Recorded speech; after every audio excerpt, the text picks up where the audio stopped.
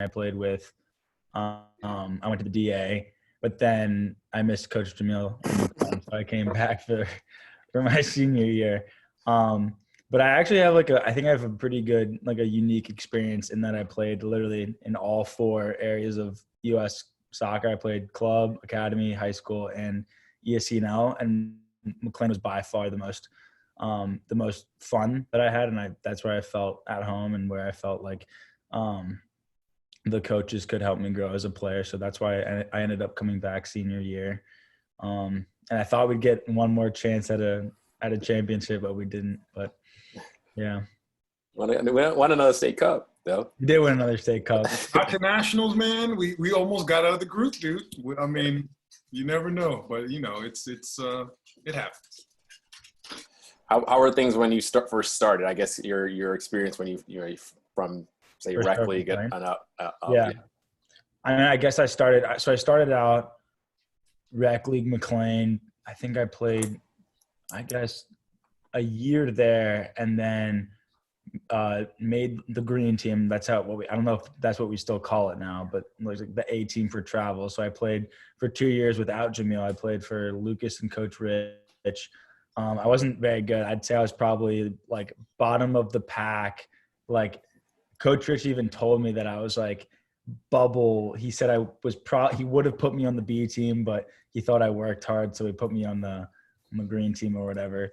So I was one of I didn't play a lot the first couple seasons, and I was actually playing left back. So I was playing left back, didn't play a lot. Then Jamil came along. And Jamil, really helped me grow as a player,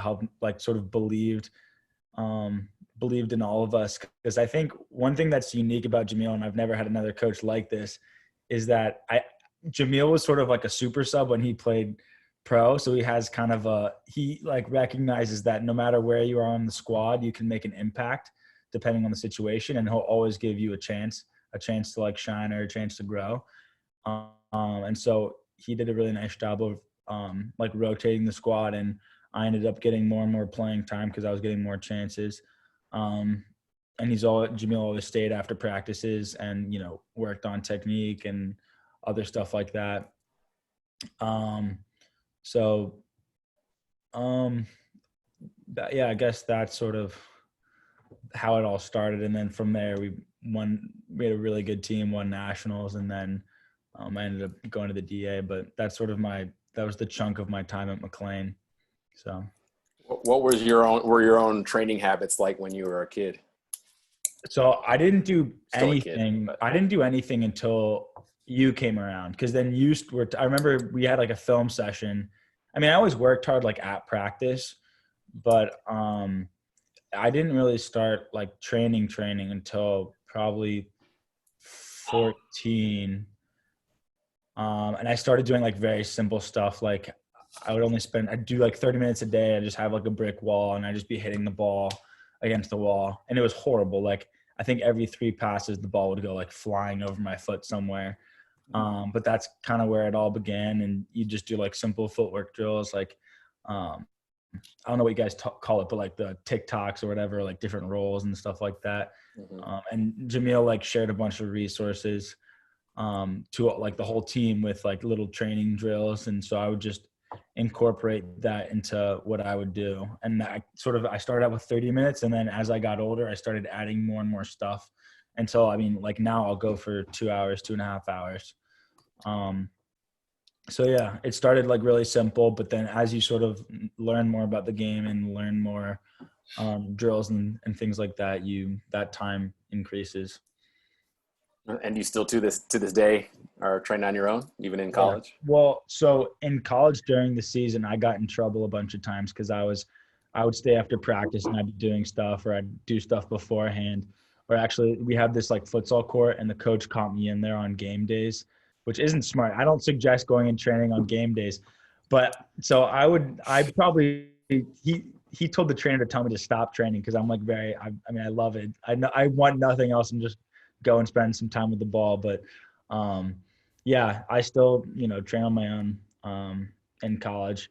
There's not a lot of time, but I always like think that you find times for the things that you enjoy, and I really enjoyed practicing. So, yeah, I still put in probably an hour to 2 hours every day while I'm in college. Yeah, it's funny that you mentioned that story about someone telling you to chill out in training. I kind of remember 2016, the summer of 2016. We're in Frisco, Texas, Yeah, in July. yeah, I remember this. This is the middle to end of July in Frisco. It's 100 degrees with about a 80% humidity. And here's Daniel. We're warming up for our game. Was it semis? It was semis or something like that. It was either semis or finals. You did it every day. You did it every day. Yeah. But semis, I think, was when I was like, dude, you got to chill out. Yeah.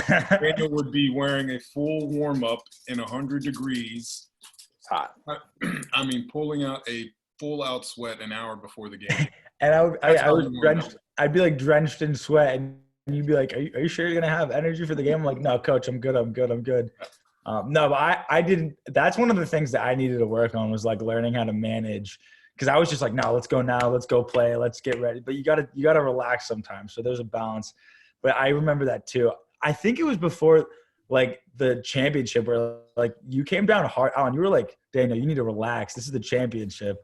Yeah. Jamil said that every day. So I can only remember that. Jamil said every day, but Alan really it's very distinct. From when we talked about this, and I try to give you my perspective on when I was playing. One of the things I did when I was playing was I was super relaxed in my warm ups. I almost under warmed up. I didn't overdo. I didn't like breaking a sweat. So it's just whatever works for you though. So I know I've heard stories of certain basketball players who will show up early to the gym to work out an hour before the game and break a sweat and hit all the shots that they need to hit before the game and then have enough energy.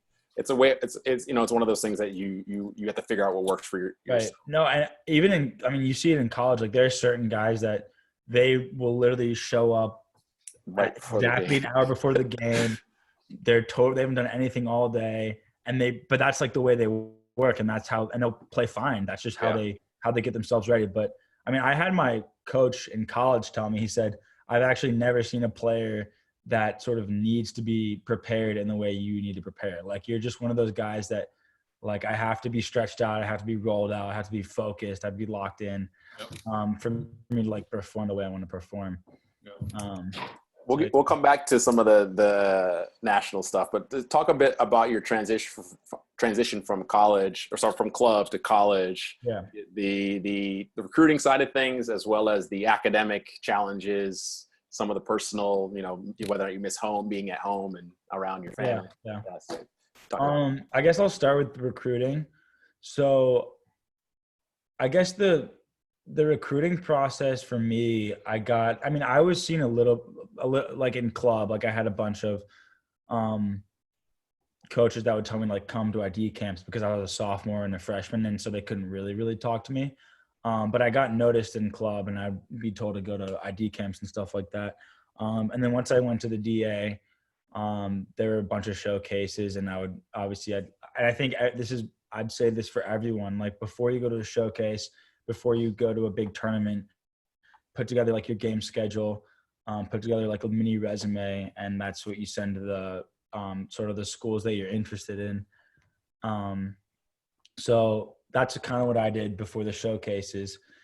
And then the coaches usually don't email you back either because you're too young or because they get tons of emails. But they generally do at least look at your schedule, and they'll walk around and see your game for a little bit. And that's what happened for me was the assistant coach for Princeton was walking by one of my games and ended up stopping, and I ended up playing well that game. I don't even think I scored actually, but I just played well. And then he emailed me back, asked when my next game was, and he came and watched the full game, told me to come up for a visit. I came up for a visit, really liked the campus, got along well with the coach. And then he made me an offer. I committed, and that was it. And academically, what were some of the challenges you had to, because Princeton, obviously you were focused on certain types of schools. Right. Yeah. And so academically, what you Yeah. had to do to get in? So, the advice that I got from my parents, and I think it's good advice, is that if you're not planning on sort of going like straight into the pros and you want to go to college, then try to use soccer to get into a good academic school. Mm-hmm. And so in high school, I was obviously trying to keep up my grades, um, to put myself in a position where if a good school, was interested in me, I would have the grades to go. And I think at least I can say this for Princeton, and I'm pretty sure it's the same for places like Stanford and Duke. They expect you to have like pretty good grades, but they obviously factor in how good you are at soccer, like sort of into that equation. And I mean, as long as you're working hard and you're not, and your grades are good and you're playing well and they like you, like I mean, I'd say you could pretty much get in wherever. But grades absolutely do matter. And like one of the first questions the coaches asked me were like, are you a good student? Like, can you survive here academically? Because I mean, it's a school first. And so I'm not going pro, I'm playing for a school. So I have to, keep my grades up in school so that I can get on the field and play. So, I remember my first semester of college, or I guess last semester, I wasn't doing well in a couple of my classes, and I got pulled into my coach's office, and he was like, look, like, you need to keep your grades up. Like, we'll give you, we'll give you help, whatever, but you really need to keep your grades up. So the academics are definitely a big part of the equation for sure. Okay. And how would you say your first year there, I know you obviously you're very family oriented. How do you feel like being away at Right. school, and how's that affected you in any way? Well, it's college, I think is a bit strange because you're moving, you're switching schools, and you're switching teams all at the same time. Whereas like when you're in high school, you usually only do one of those things. Like maybe you move one time, but you're not really maybe you switch schools, but it's rare that you're going to like switch teams, switch friend groups, switch your home. So it's just very, the totality of that was hard. And especially being away from home for the first time, when I was with my family in high school a lot. And I love being around my family. Quarantine's been a little too much time. at least in school, I missed them at first, and it was definitely a transition. But I think my advice would be just really throw yourself into soccer and your academics, because that really helps. I don't want to say distract, but it helps you just kind of like get integrated into your environment. And soccer was a big part of my first semester in helping me transition and still have fun while sort of being in this new environment. And did you find the adjustment in terms of being responsible for everything in your life, not having anybody there to really force you to do anything? Was that difficult? I mean, I think I've always been a pretty disciplined guy, but it's definitely way harder than anything I've ever experienced before. And it takes a lot of like self sort of motivation to get everything done that you need to get done. Because in high school, like your parents might nag you about your grades or might tell you like, time for practice, let's get going or whatever. But in college, it's really all up to you. So a lot of it depends on like, it tests like, do you really want it? And I think for me, like, I mean, I didn't handle the situation perfectly. And there are things that if I could do it over again, I would do differently.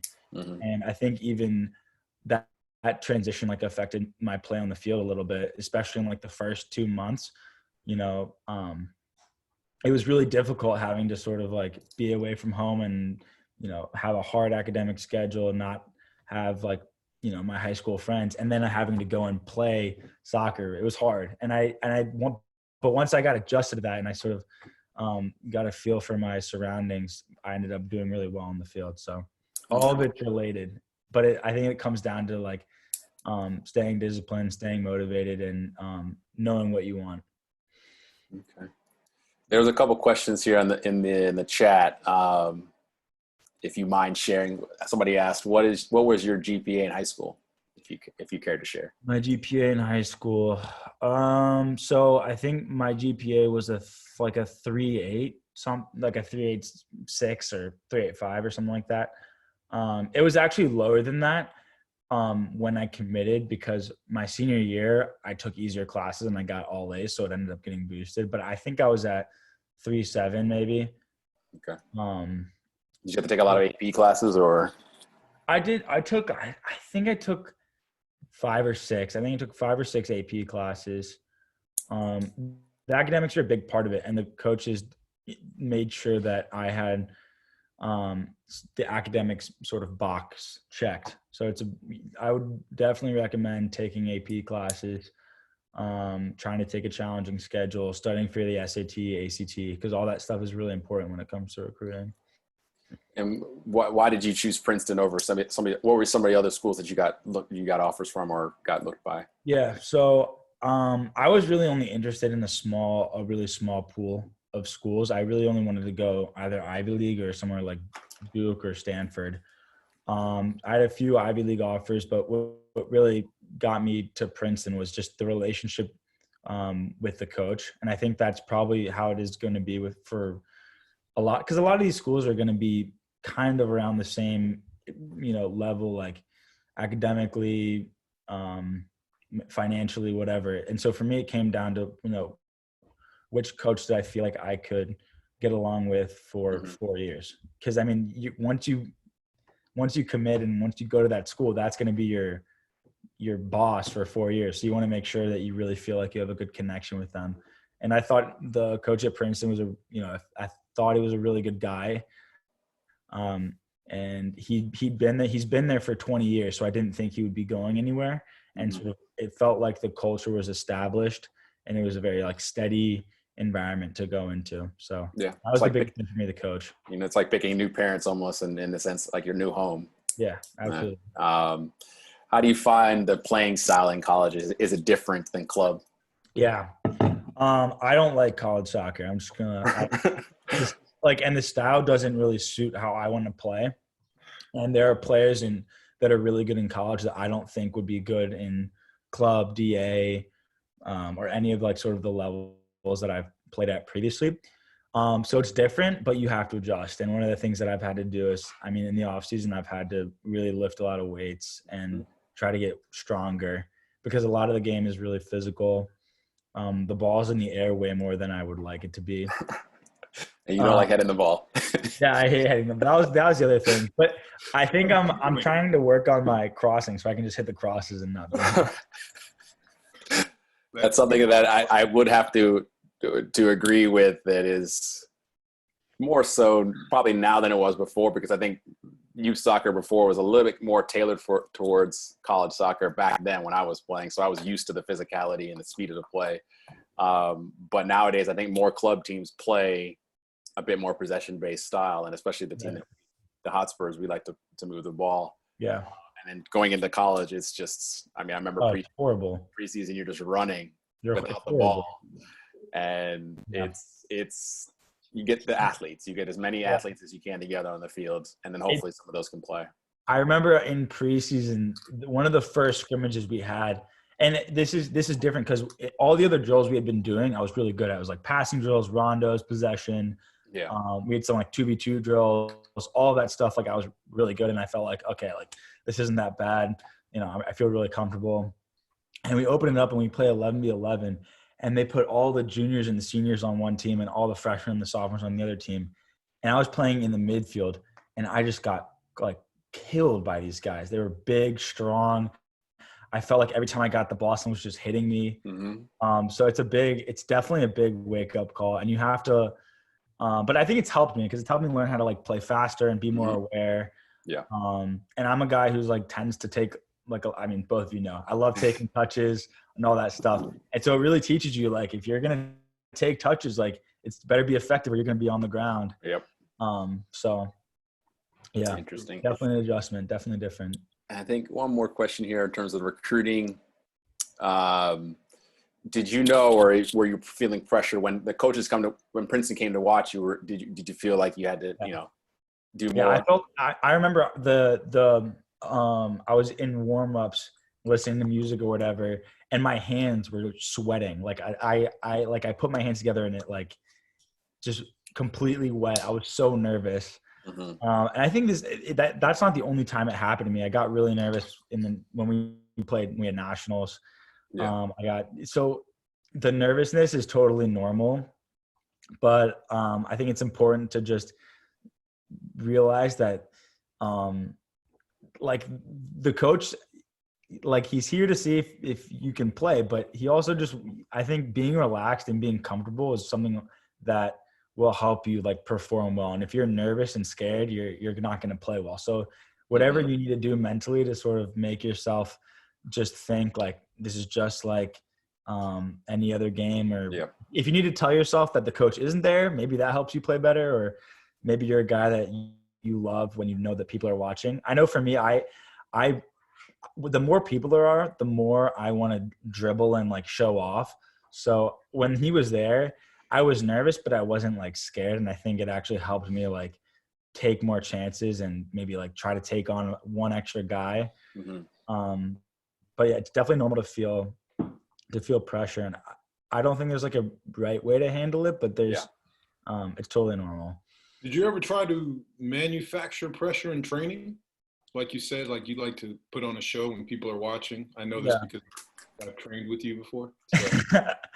So I'm curious, like, have you done anything to try to help you in those moments when you know you're going to be mentally, under stress? Yeah.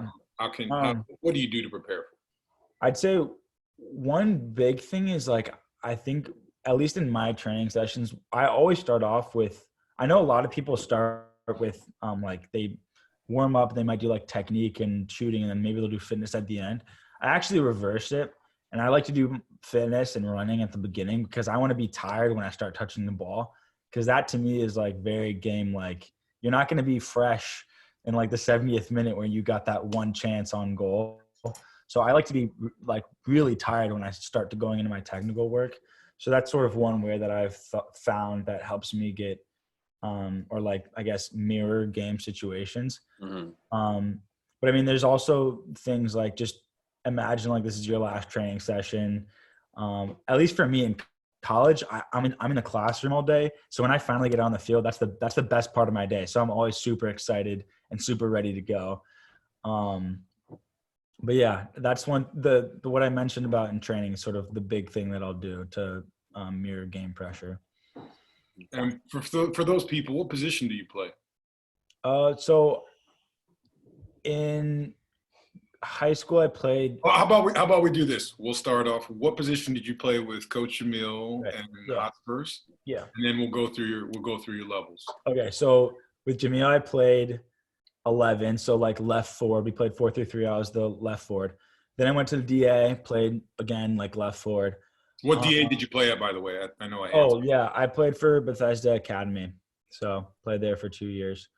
And then when I came back to McLean, Jamil was throwing me pretty much a lot of places to help me sort of, because like being out on the wing, it's a very, I think, like one-dimensional sort of way of playing the game. And Jamil was throwing me in like the midfield, center defensive mid, attacking mid, threw me on the right a couple times because he wanted me to learn how to see the game differently, which was really helpful for me, especially going into college. Because what the coaches said is like, the fact that you can play 10, 9, 7, 11, it just makes us, we know we can put you anywhere, and it helps, it gives us, like you'll get more playing time because we know that I can put you in for this guy or in this place or whatever, and I'll be fine. So this past year, I played a lot of 10. So I played sort of attacking mid because we were playing like a diamond in the midfield 4-4-2. But this upcoming season, they've told me that they want me to move back out to the left. So I'll be back in my back to my original. And eventually you're going to be lleft back again. Yeah. Full circle. Well, yeah, no, I'm glad you brought that up about Jamil. I definitely remember when you came back for your senior year and you were with the ECNL group. And I remember talking with Jamil about, you specifically and trying to develop more of your overall game, improving your passing, improving your vision. And I think honestly, when you sent me your highlight video of your freshman year, I think it was it was really, really evident on how much you had improved all those No, aspects. I remember you would, especially like that last year, Alan would stop the practices just to like talk to me for like a minute about, body positioning, seeing the field, so that all that was so helpful for me. And that's one thing that I love about McLean is just the close relationship you can have with the coaches. And I mean, I'm serious when I say that sort of the coaching I got senior year really helped me come into college ready and in a better position than I think I would have been if I'd stayed at the DA. Regarding the DA. Yeah, go ahead. What did you say? There's a funny DA? question here. There's a funny question in regards to the DA since you ended it with it. And I think Jamil was probably going to hit it. I know how you're going to answer this, but go ahead. So the question is, did you regret going to the DA? It's really tough because I do think that in some ways it's important to like get outside your comfort zone. And I was so comfortable and so happy with McLean and with the coaches that it was really good for me to go into an environment where didn't have a great relationship with the coach, didn't really have a good camaraderie with the players. So it was good in the sense that I was able to I learned how to play when everything kind of went wrong. Like I didn't have a great relationship with the coaches. I didn't have a great first year. But then I really had to work from like the bottom of the pack up. And I felt like I could leave DA because I was like, I think I've kind of proved that I can start, I can play, I can do well. But I also do wonder like about the counterfactual, like if I'd stayed at McLean, I think I probably could have ended up in the same position I am like now. There's no reason why like McLean can't get you into Princeton or any other school that you want to go to. So I think it's if I could do it over again, I don't know what I would do honestly, but I know that the places where I've been the happiest and the places where I felt like I've improved the most have been at McLean. That being said, I think things happen for a reason, and I think going to the DA helped me, improve as a player in some ways, maybe more mental than anything else.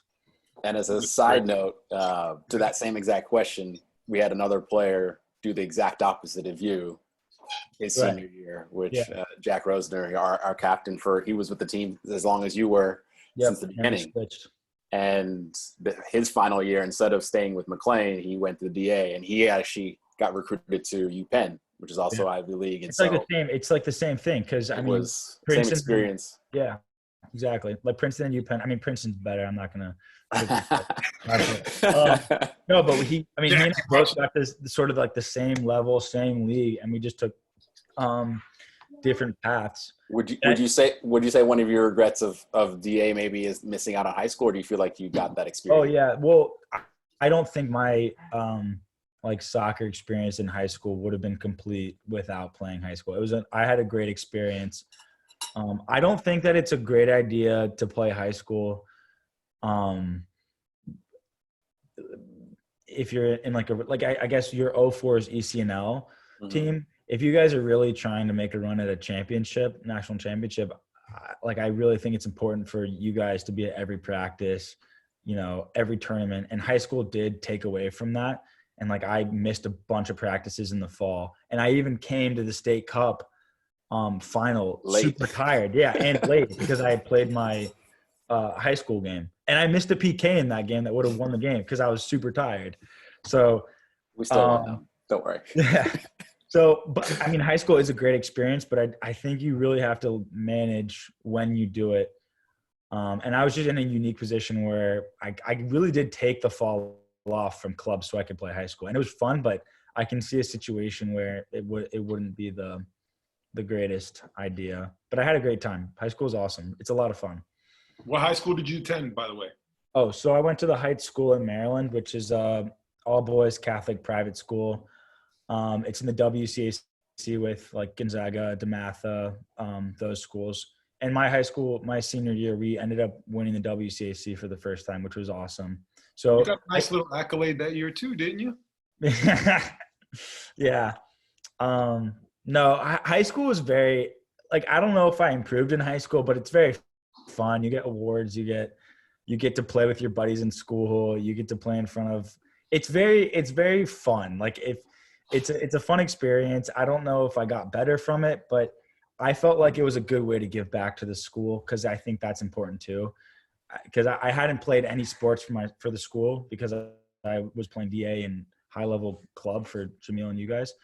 So high school is a way of like giving back to your school in an athletic way. So there's a couple of questions here about that in terms of identifying schools. What were your criterion for how did you come up? When did you come up with your list of like schools, and how did you figure that out? Yeah. I think a follow up would be, did your high school coaches have any factor in your recruiting process?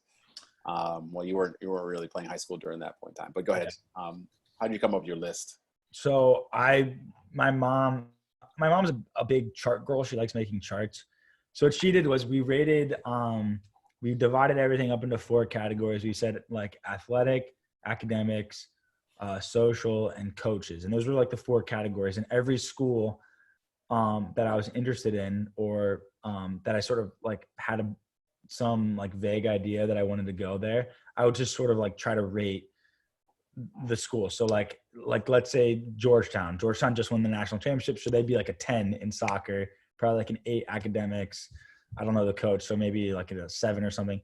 And so I just did it like that. I divided it up into 4 categories. And when I was thinking about schools, I wanted to find a good combination of good soccer with good academics. Mm-hmm. And I mean, when you really think about when you sort of like make that chart, which I did with my parents, it's clear like sort of the schools that will like fit into your criteria. Mm-hmm. And I'm sure you can add in other stuff. Like if you want to go to school in California or down south, whatever you want. So yeah.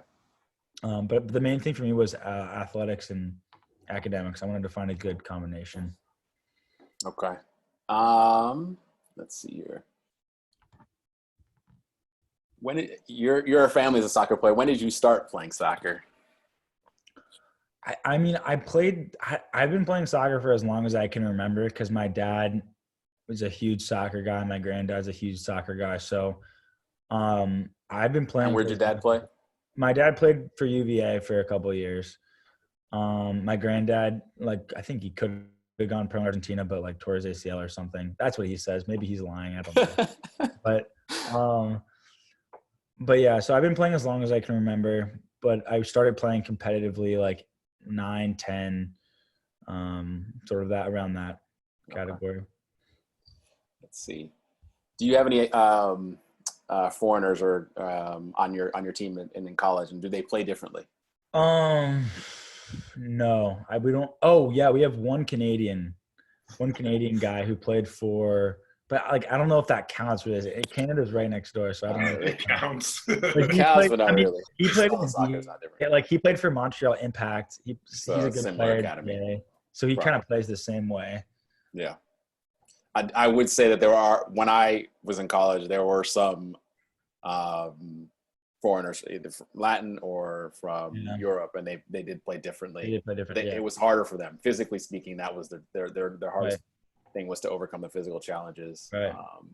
But they did. I know even in pro, obviously, once you get to pro, then you see the quality of those players if they can get past the gauntlet of physicality. Yeah. What would you say are your goals, and when did you when did you create the goals that you have now? Right. And what are they? Yeah. Well, I mean, I think a big part of me figuring out goals was with you. I mean, I remember at a very like 12, 13, 14, when you started coaching us. Alan wasn't in the picture yet, although I'm sure Alan would have been a big part of it. But I remember you would show us old clips of you playing in San Jose, and like that was like really the first time where I kind of thought like, man, it'd be awesome to play pro, and you would talk about it, and so I think that was the kind of the starting point for me when I really started like dreaming about playing pro. And that's kind of my goal today. Like if I can play pro, like that's what I'm working towards, and that's what I want to do, hopefully. But yeah, to answer the question, like when did it start? It started with you, U13, U14, watching some San Jose clips with you in film study. So it's safe to say that you do want to be a professional after college? Yeah, for sure. 100%. Okay, that was one of the questions, but yeah, I know from working with you for the period of time that I have, I think that is for sure a big desire of yours. Yeah. No, I'm sharing my screen so you can see good dream, Daniel. for sure. This is I'm the big ugly kid on the right. This is him right here. Yeah. What is this? Is This this is like after we played Prince William. Oh, you had to bring this picture up, didn't you? We had just beaten Allen's team, Allen's son's team. Sorry. Oh, that team was so good. They were so good. They were so good. They were probably better than us, but I think we got. I don't remember. Did Eric Eichler score like got outplayed by coach? Me and Alan, and actually we watched that game a few weeks ago. Really? It was clear that we got outplayed and outcoached in that game. I just remember being so scared of you guys.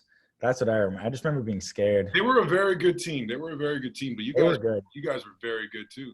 Do you remember our preparation for those? I'm just going through a few pictures. Oh, that game. See, I can't remember those are the best. This is my favorite for sure. National champs. I still have that hat and I wear it every time I work out. Dude, I have mine on a trophy downstairs.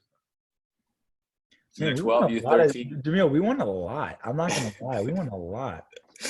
We won a few things. There's a lot of medals. This is the first. Yeah. The first one. Yeah. Oh man. Look at Rafa back there. So going back to the questions, just wanted to show a few pictures. This is the last. Oh, this is the last one right here. This was a day, huh, Jamil? We had a good day this day. Oh yeah, both of you guys won, right? Yeah, both 01s and O's. Yeah, that was awesome. State Cup. And your guys' game, I mean, both. Oh, this is the best day. Look at this. I remember. This is iconic. Look at you, Alan. You're about to kill someone. Spencer's underneath there. Dude, I outran Jamil on the field on this. That was awesome.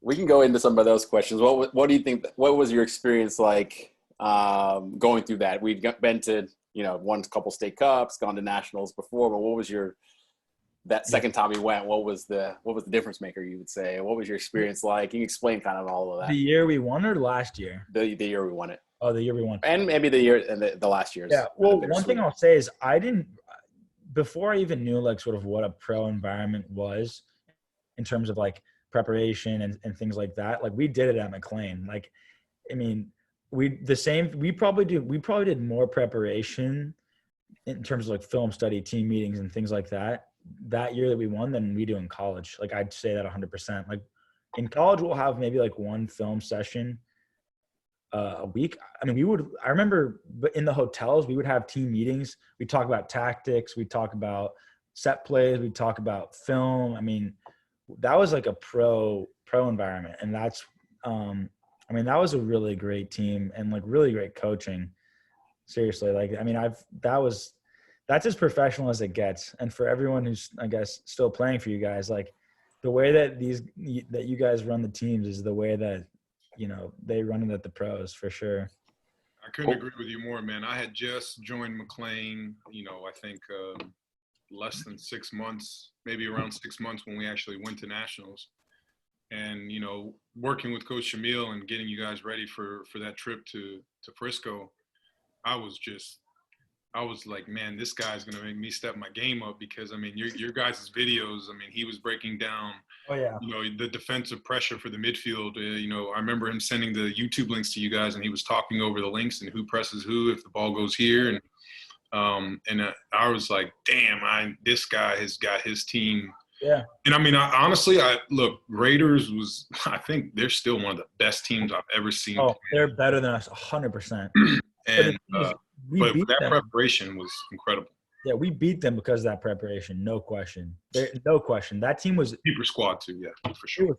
We had good players and all that, but that team was special. They had some good players. I talked to their coach a couple years after that.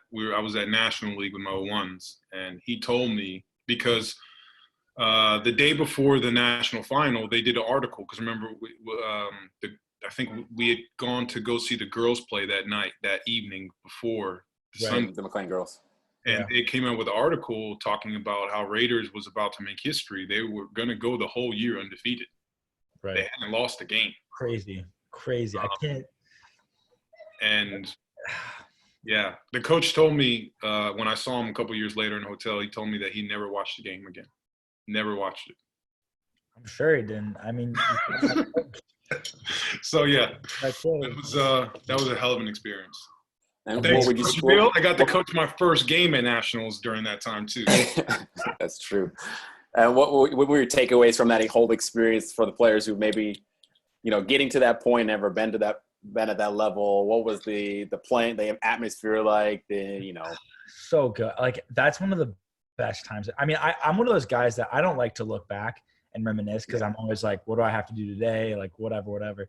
Mm-hmm. But that was one of the best times in my life, for sure. No question. Like, playing soccer in that environment with you guys, with my teammates back then, that like really, like, that's what you work for. Like, that's what all the practices, all the individual training sessions are for. And it's amazing. Like, that's what made me want to be a pro. Like, just that type of environment. I mean, like, should I like give a little bit of insight into what we do? Like, you wake up, we'd go to breakfast, we'd hydrate, we'd be carrying around jugs of water. We'd have like maybe a team meeting. Maybe we'd go on like a walk. Maybe that would happen in the morning sometimes. On a day off, maybe we'll do like a pool session with Jamil or something like that. And then we'd have a meeting with you guys after a meal. Like, we'd go over film, we'd have tactics, we'd talk about set pieces, we'd talk about individual players on the other teams. And in between, like, you're just hanging out with your friends. You're in a hotel room playing video games or whatever. I don't know. I assume people are still doing the same stuff we did. Yeah, they are. Yeah, and then we'd have team dinners and our polos, the white polos and the black polos. Yeah. No phones? No phone rule? Oh, no phones. Yeah, no phones. No phones. I actually didn't realize, but a lot of pro teams are doing that now. Yeah. Yeah. I saw the national team, like, so there's since everyone's at home, like, they probably have time, but I've been watching this documentary on YouTube. It's called Behind the Crest. It's about the U.S. men's national team. Mm-hmm. It's like an inside look into them. And they at meals, yeah, they don't have their phones. They have to like talk and interact, and that's the same stuff we did. There you go. Upcoming year, ECNL boys, when we're on travel days, no phones. How was your experience? What was your feeling like getting that goal in the finals? To tie it up. That's my favorite goal I've ever scored. Still, yeah. Like, I hope that I'll have. There was a moment this season where I thought I would have a goal like that. Like, we were playing Cornell, it was double overtime, and if we won the game, we probably would have made it to the tournament. And I had a breakaway and I missed. I've watched that game. That's the only time where I thought I had a moment like that moment I had in nationals, where like, game on the line, biggest stage ever. And I mean, that was amazing. It wasn't a great goal, but it was such an amazing feeling. Yeah. You never forget that. And you also never forget Jamil's face when you score it. Or Alan's face. Pretty hard. Let's see here. So college life, how much free time do you have?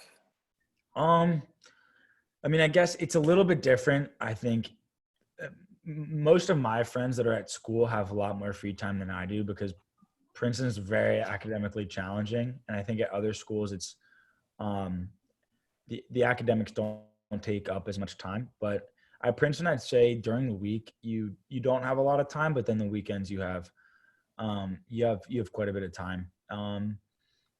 But I don't think it's like the typical college experience. Like, from what I've heard from my parents and my friends who are at other schools, like, you usually have more time in college than you did in high school. But I kind of think, at least during the week, my schedule's maybe more busier than it was in high school. A couple of good ones. How many goals have you scored so far in college? Yeah. Okay, I got to preface by saying I was second top scorer, but I only scored 3. So we didn't score a lot of goals this year. Although that all the games are like 1-0, 2-0, so goals are pretty valuable. Yeah. But I'll score more. Talk to me next year. We'll see about how bad. Well, how many assists did you have then? 3 goals, 2 assists, 3 assists to the assists, and I should have had. And did you find it hard to work your way into the starting lineup? So As a freshman, yeah, it's difficult to play. Most freshmen don't play. Yeah. So I had in terms of playing time, I think I averaged like 55 minutes, which is pretty good for a freshman. But the way my season went was I came in really well in the preseason and I started the first game. But then just because I started getting a little homesick, I started the whole adjustment to college, I think, for about the first like 4 weeks of the season was really tough for me. Yeah. I wasn't playing very well in practices. So I had a slow start, but then as you start getting into it, I scored a goal on like my first start so I started Duke, and then the next time I started, I scored, and then that's kind of where I took off and I started playing a lot. Let's see here. Any advice? In hindsight, what's your advice for an incoming freshman player to an Ivy League school? For your senior year going the summer before, how do you prepare? I guess mentally, things you have to do. Things that you look back now like, man, I wish I did that better. Yeah, I think I think my summer preparation was really good. Like I came in really fit, and I think we had like the beep test, and I finished 3rd or 4th. So I came in fit, I came in sharp. But the part that's hard is like being away from home, having to adjust to a totally different environment. Like I don't think there's like a really easy solution for that, but like you just have to be aware that that's how it's going to be hard.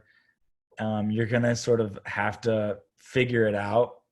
But once you have figured it out and you figured out your routine and your schedule and things like that, it is a lot easier, and you do better on the field. So I think I've kind of, at least for me, I think what I'd say is the first couple of months are going to be really hard, but don't let that get you down. It's going to be hard, and just know that like use it as an opportunity to think about like, okay, what can I do better? Like, what is the right thing? Like what's the right way to like live this life, you know? Yeah. What schedule will help me be productive and all that stuff. So I would say from my experience as well, I went to Air Force Academy, so I had a early adjustment that first year when I was there, and obviously I transferred to Santa Clara. But I remember the same experience of even before even soccer started, feeling very homesick, questioning whether or not I want to be there, because obviously, I was going through a lot of physical training and military training, but you don't have the same contact you normally would, and we didn't have cell phones back then, so you're obviously writing emails or writing letters, little physical letters to your parents to let them know how you're doing. But it's every time I got a phone call, it's like, I get to talk to my parents again. And it felt good, and talk to my friends, talk to my brothers, and they would encourage me to stick through it, and that there's light at the end of the tunnel. And I think that is what you need. You need a support system. You need somebody to see people around you. And if you don't have that, you need your friends to help you kind of get through that first. A lot of players, I remember when I was at Santa Clara, when I transferred, that are freshmen, they get the one other way, and it's a negative way of dealing with it, is to party. Right. And you can go the negative route, which is you're homesick, so might as well just enjoy yourself and do whatever you feel like doing. Yeah. There's no one here, and that you get trapped in getting bad grades. So you have to catch up. Yeah. And obviously soccer-wise, you're behind. So I think that in a positive way, you have to figure out a way everyone has to kind of go through this transition period of, in your protective high school, club soccer, friends, everything's all enclosed, into college where everything's new. And it's challenging. So and you'll feel like, and I just think, there are certain things that there's just things that you learn. Like you learn, like, I remember in preseason, like the guys, all the freshmen were like not forced, but we all had to like sort of go out and hang out with the team, and it was like a party. But like, you realize like it's probably not smart to go out like a day before a game or something. Like they're just little mistakes that you make and you learn from them. And also one of the mistakes I made was I didn't focus on my academics enough. And that's one thing that I wish I'd done better. my grades, but I mean, part of it's because it's Princeton and it's hard, but the other part of it is like you're struggling. You're having to like make new friends. You're having to adjust to the soccer area. So it's just there's just a lot of stuff that, like you said, you just have to figure it out. But there is light at the end of the tunnel. And I'd say it is important to find a good group of friends that you can rely on and that are going to be there, because you don't want to feel alone, which is, I think, because you're going to be away from your family. So don't feel alone. Find friends. Yeah. Besides soccer and school, what are some of the things that that the college liked about you? Or what was there anything besides soccer and education that the college liked about you?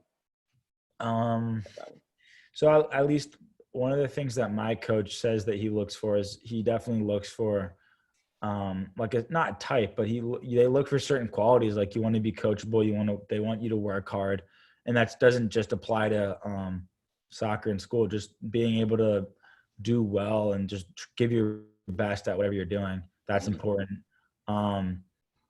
Being like, I can't stress, like being just down to earth, friendly, cheerful. I think all that stuff is super important, because I mean, as you guys know, like, I mean, you guys want players that you enjoy being around, because you're always on team trips. You're always together, and you want to find people that you want to like being around. So there definitely is a certain you gotta don't be like that's one thing, like, you don't be standoffish. Have fun, smile, have conversations. Don't feel like the coaches are sort of like never want to talk to you. Like sit near them on the bus, talk to them, initiate a conversation, whatever. So. Good stuff, man. I got a question for you. Why did you choose Heights over other schools in the WCAC? Oh, it wasn't a soccer decision. That was my parents wanted me to go to a Catholic school. They wanted me to go to an all boys school. So it was really between like, they're like the Gonzagas, the Preps, but my parents like felt very at home at the Heights. So it's smaller. Yeah, it wasn't a soccer decision. It was more of just a school decision. Now, what is Daniel's biggest motivation? For soccer? I guess in general. Answer it in soccer. You can answer it towards life. What you want, what wakes up and drives you? Because you're a driven guy. Yeah, I definitely think. I mean, one thing that I do is I have this, like, you can call it a journal. I like to call it my soccer notebook. But I always write down like long-term goals, short-term goals, and daily goals.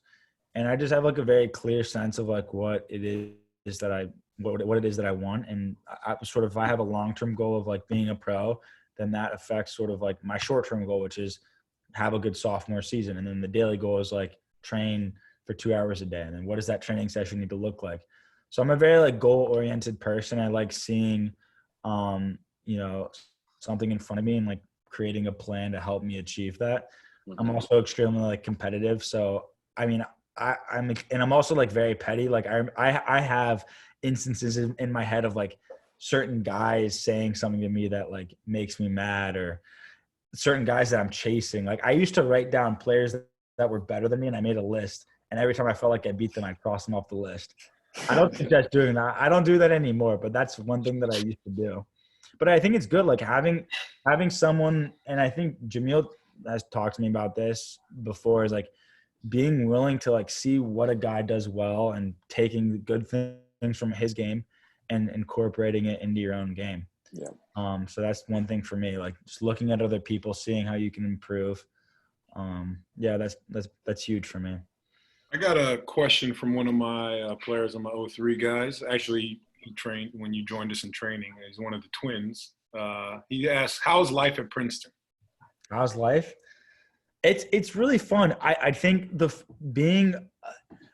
once you get all the wrinkles ironed out, it's a really fun experience. Like being on your own, having a good group of friends, but also just doing what you love. Like I love playing soccer. I have it's a beautiful campus. And you went to a great school. Great school. Like it's just I really couldn't be happier. Like it's a lot of fun.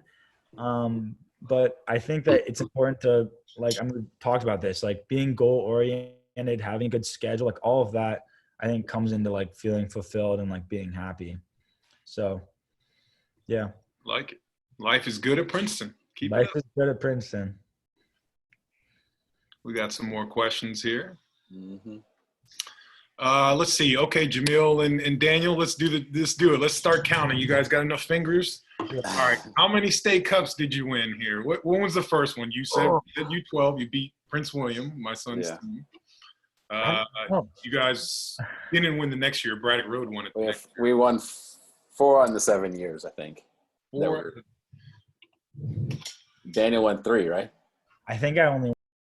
Whoops, did I do that? Sorry. Yeah. No, I won. So I won senior year with you. Yeah. We won. You won the nationals. So 15, 16. Nationals. And then U12 is when the other one you won. The year you left, we also won. We won on one. Jimmy's got one more. Or you probably have more. 5. How many more do you have? You have one this more. This is one more because Dean has 4, and Dean was on the team. So yes, we won. I won. He was going for the thumb, but we went to ECNL. Yeah. I was going for 5, but I don't know what regionals. I think we only won 1. We played State Cup the first year we were ECNL. That was the compromise. Right. Yeah. How many, Jamil? We only won. Did we ever win? Yeah, we won regionals once. The year we won nationals. No, the year before we won nationals. The year before we won nationals. Yeah, we never won. Won all 3. Yeah, we never did that in a row. It was always like we'd win State Cup, we'd lose regionals, but then we'd like win National League. And go to nationals. Yeah. Good one. That's a good one. Reminisce. Okay, so a question pertaining to your roommates and your teammates. Did your roommates or teammates ever push you to get academics done? Yeah, I actually had a teammate. I'm not – so at Princeton, your roommates are completely random, and that's supposed to help you like increase or expand your social circle. That didn't work out so well for me. I didn't like my roommate very much, and we kind of just learned to just coexist without speaking. Okay. But I have teammates. Yeah, I had teammates who, one teammate said he was my academic advisor, because I'm that's sort of one. If I had to pick one thing that's wrong with me, I'm like, if I have a choice between going to the gym after practice or going and playing and like doing work for 2 hours, I'll definitely go to the gym over. So I would have my friend be like, no, you're not allowed to go work out. Like, you got to come with me. Let's go do homework in the library or something like that. Yeah. So that's part of having good friends. Like, they're able to see. Support group, yeah. Awesome. And pick good friends, because they could be telling you the wrong thing. Yeah, that's also. That's a good nugget, Daniel. That's a good nugget for all you young kids out there, all you rising teenagers and possible college student athletes. Pick your friends wisely. All right, let's see here. All right, who's your idol in soccer when you were growing up, or still? I think one thing that I always liked when I was really, really like 14, 15, I just liked Ronaldo because he was super flashy and did step overs, and I was into that stuff. R7 Ronaldo, like Cristiano Ronaldo. Cristiano, yeah. Cristiano Ronaldo. But as I've gotten older, I've started to watch more players and more like actual games to try to learn, because there's a different side of the game that I want to improve on. I don't really watch flashy things anymore. I like watching a lot of midfielders who are like close control, smart. One player I'm watching right now is Isco. I'm watching a lot of him, because one thing for me is like going into college and not being the fastest or the strongest. You realize that, who's a player that isn't the strongest or the fastest, but still dominates. And so that's why one player like Isco, or trying to think of another player. A little bit of Modric. I don't like Modric very much. I was about to say, you don't like Modric. I don't like Modric, but he's good. So he's good. Just depending on what type of player you are, I think you should watch players for your position. Watch players that you think have something that you don't, something that you want to take from them. And I'm just repeating what Jamil told me. Well, you listen good, son. You're taking stuff from me. You've taken stuff from any player that you see, coaches you have now. That's how you learn. Yep, absolutely. And it is good. I think watching soccer to like not just as a fan, but trying to see like, okay, like how many touches did they take? Like how quickly did they play? Like that stuff that I didn't do well when I was younger. And it's something that I've like very recently tried to do a better job of. Like I've watched a ton of film during like being quarantined. Like, and I've been like counting on my fingers, like 1 second, 2 seconds, 3 seconds. Like how long are these guys holding onto the ball? Like if I was in their position, like, what would I do? Like, could I see that pass? Mm-hmm. So all that stuff's important. Absolutely. Let's see here. We got some more questions for you. Let's see. Okay. How did your high school coach impact your recruiting process, if any? Nothing. He didn't. I was already committed. I know he helped with other players that played. So I had a few friends that played high school for all 4 years. Mm-hmm. And he helped them. Mm-hmm. But I was never I love him. My high school coach was great, helped me in a lot of ways to like be a better leader on the field and stuff like that, but he was not a big part of my recruitment process.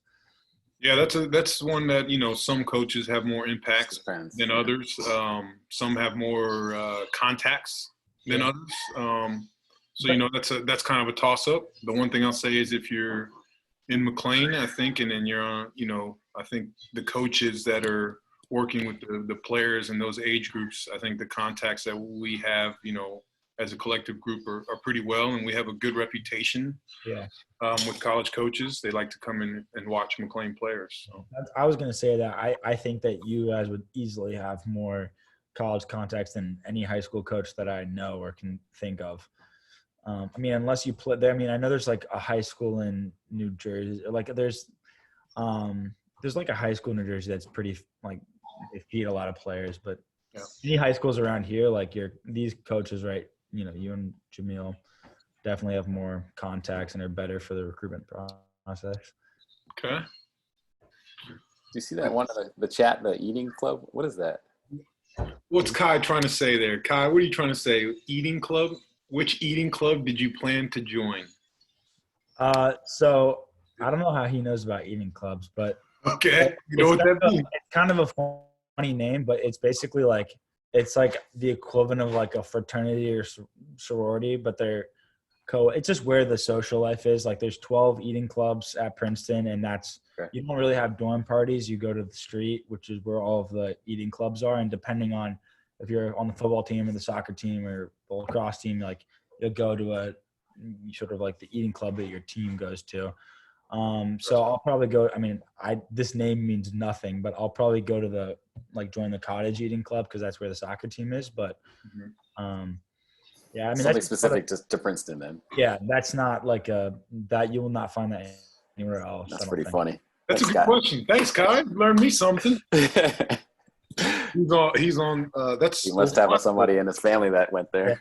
He has a friend that's at Princeton, or his parents went there or something. He knows, huh? He knows. All right, that's a good little question. All right, okay. Out of all positions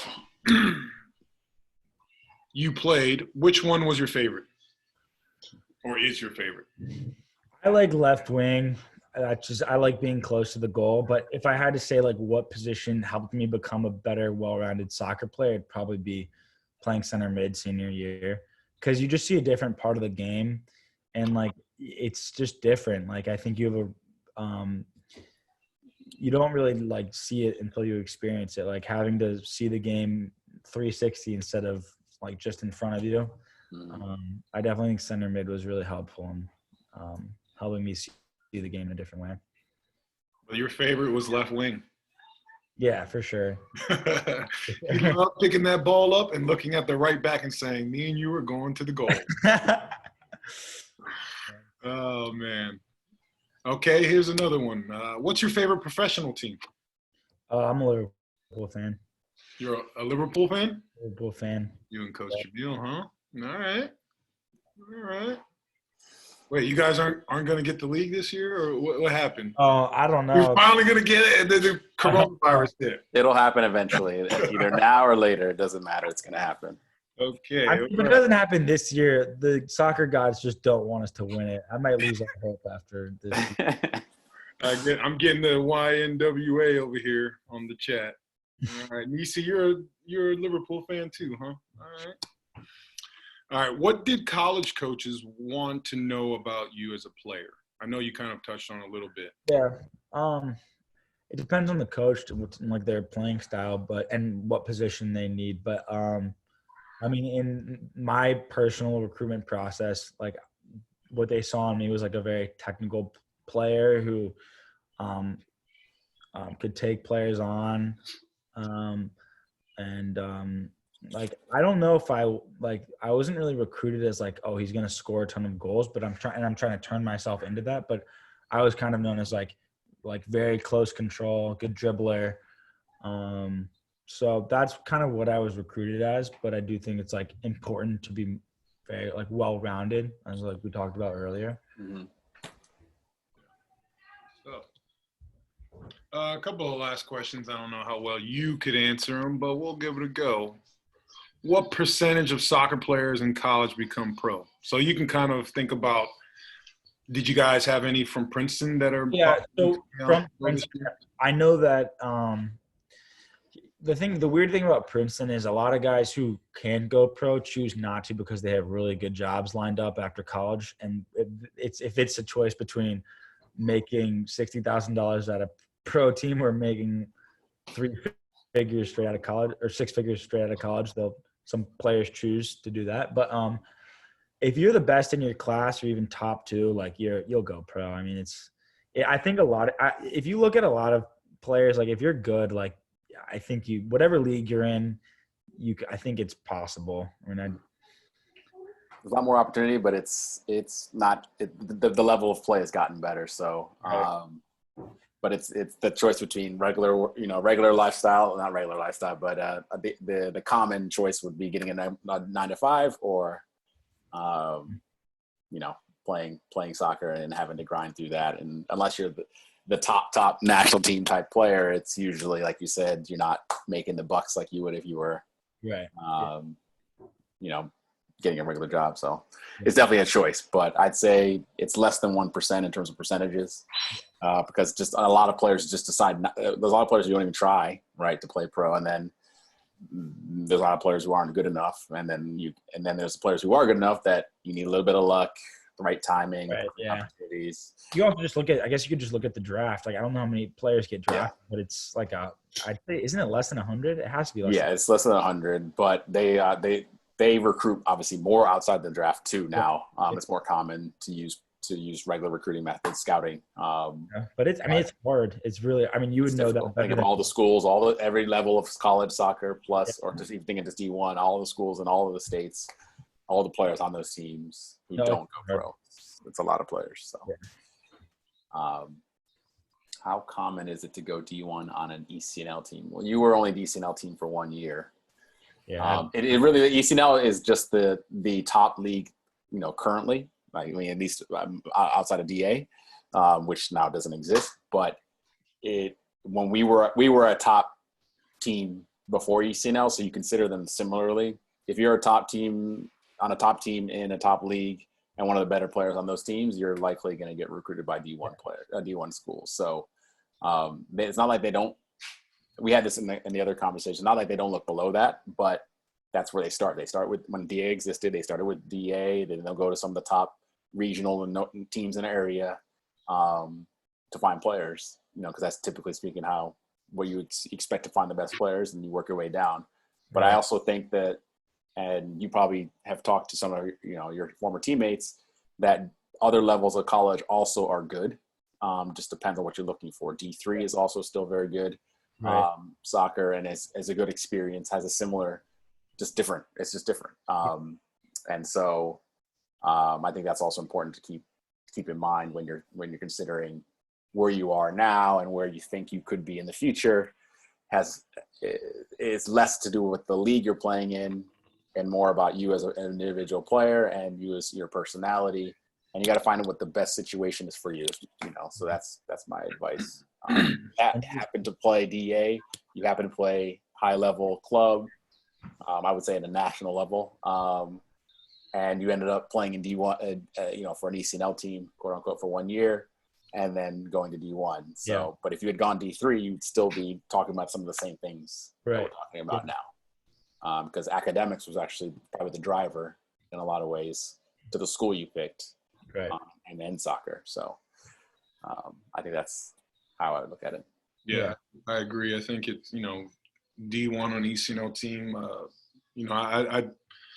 I don't get too caught up in the D1, D2, D3. I think it's about your situation, what fits for you. I think a lot of the guys have talked about that. So I think, it's what works best for you. I guess to wrap it up, after college, what's your major, first of all? What are you thinking out? I've already switched like 4 times. You don't know yet.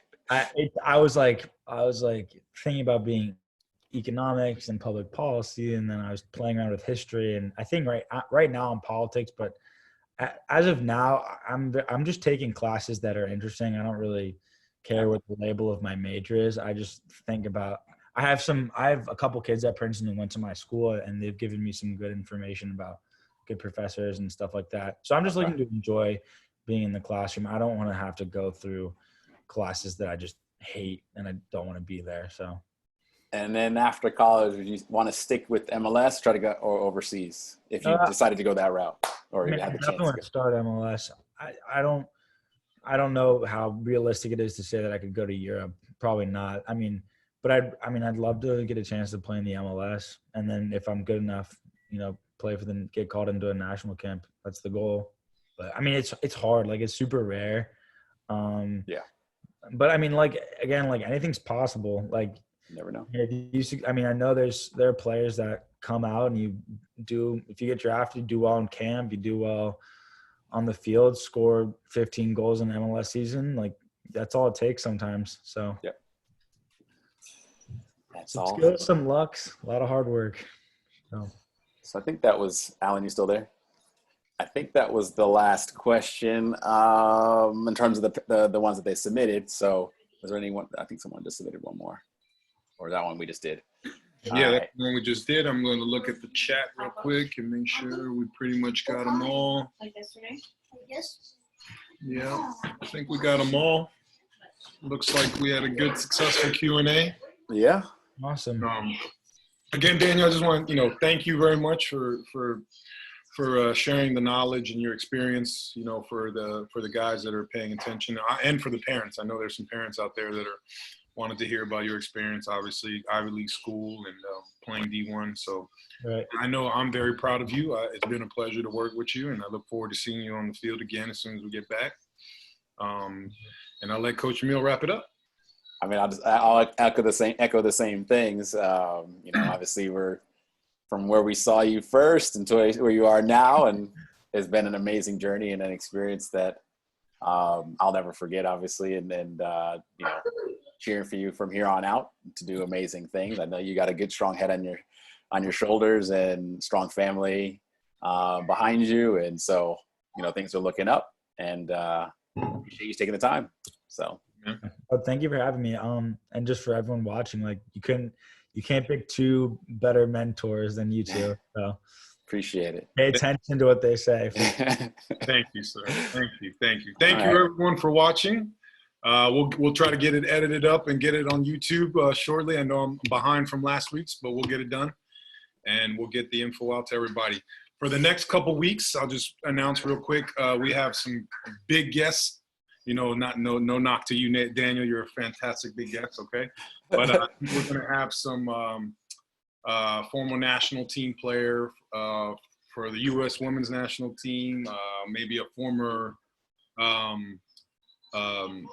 McLean coach that is now a professional coach, and former player that played on the Colombia national team. So we got a bunch of things lined up over the next few weeks. We're also going to have I'm going to look to have our goalkeeper that was recruited playing at JMU, one of Daniel's teammates. We'll look to hopefully have him on here so he can discuss about goalkeepers and their recruiting process, because I know that's been some questions. So again, appreciate everyone for being out there, and we'll look forward to seeing you next week. Adios. Thank you.